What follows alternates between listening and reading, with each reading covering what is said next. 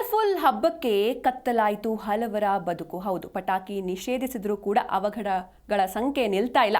ಕಳೆದ ಬಾರಿ ಪಟಾಕಿ ಅವಘಡದಿಂದ ಅನೇಕರಿಗೆ ಗಾಯವಾಗಿದೆ. ಕಲರ್ಫುಲ್ ಹಬ್ಬಕ್ಕೆ ಹಲವರ ಬದುಕು ಕತ್ತಲಾಗಿತ್ತು. ಪಟಾಕಿಗಳನ್ನ ನಿಷೇಧಿಸಿದ್ರೂ ಕೂಡ ಅವಘಡಗಳ ಸಂಖ್ಯೆ ಮಾತ್ರ ಕಮ್ಮಿ ಆಗ್ತಾ ಇಲ್ಲ.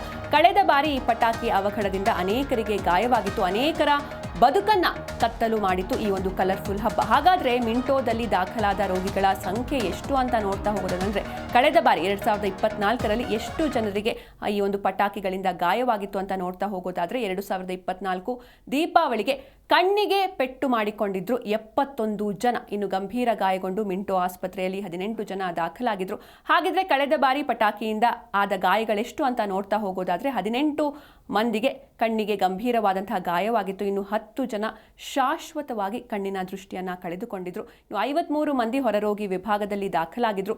38 ಜನ ತಮ್ಮ ಕೈಯಲ್ಲಿ ಪಟಾಕಿಯನ್ನ ಸಿಡಿದವರು. ಇನ್ನು 33 ಜನರಿಗೆ ಬೇರೆಯವರಿಂದ ಆದ ಪಟಾಕಿ ಗಾಯವಾಗಿ ದಾಖಲಾಗಿದ್ರು. ಅಂದ್ರೆ ಇದು ದೀಪಾವಳಿ ಅಂದರೆ ಬೆಳಕಿನ ಹಬ್ಬ, ದೀಪಗಳ ಹಬ್ಬ, ಕತ್ತಲೆಯಿಂದ ನಮ್ಮನ್ನ ಬೆಳಕಿನ ಕಡೆಗೆ ಕರೆದುಕೊಂಡು ಹೋಗುವಂತಹ ಹಬ್ಬ. ಆದರೆ ಈ ಒಂದು ಹಬ್ಬದಲ್ಲಿ ಪಟಾಕಿಯಿಂದ ಸಾಕಷ್ಟು ಅನಾಹುತ ಆಗ್ತಾ ಇದೆ. ಇದರಿಂದ ಶಾಶ್ವತವಾದಂತಹ ಕತ್ತಲು ಕವಿತಾ ಇದೆ. ಹೀಗಾಗಿ ಆದಷ್ಟು ನಾವು ಜಾಗರೂಕರಾಗಿ, ಅಂದರೆ ಪಟಾಕಿಯನ್ನು ನಿಷೇಧಿಸಿದ್ರೂ ಕೂಡ ಕೆಲವು ಕಡೆ ಮಕ್ಕಳು ಈ ಸಣ್ಣ ಸಣ್ಣ ಲಕ್ಷ್ಮೀ ಪಟಾಕಿಯನ್ನು ಕೈಯಲ್ಲೇ ಹಿಡಿದು ಸಿಡಿಸೋದನ್ನು ನಾವು ಕೂಡ ನೋಡ್ತಾ ಇದ್ದೀವಿ.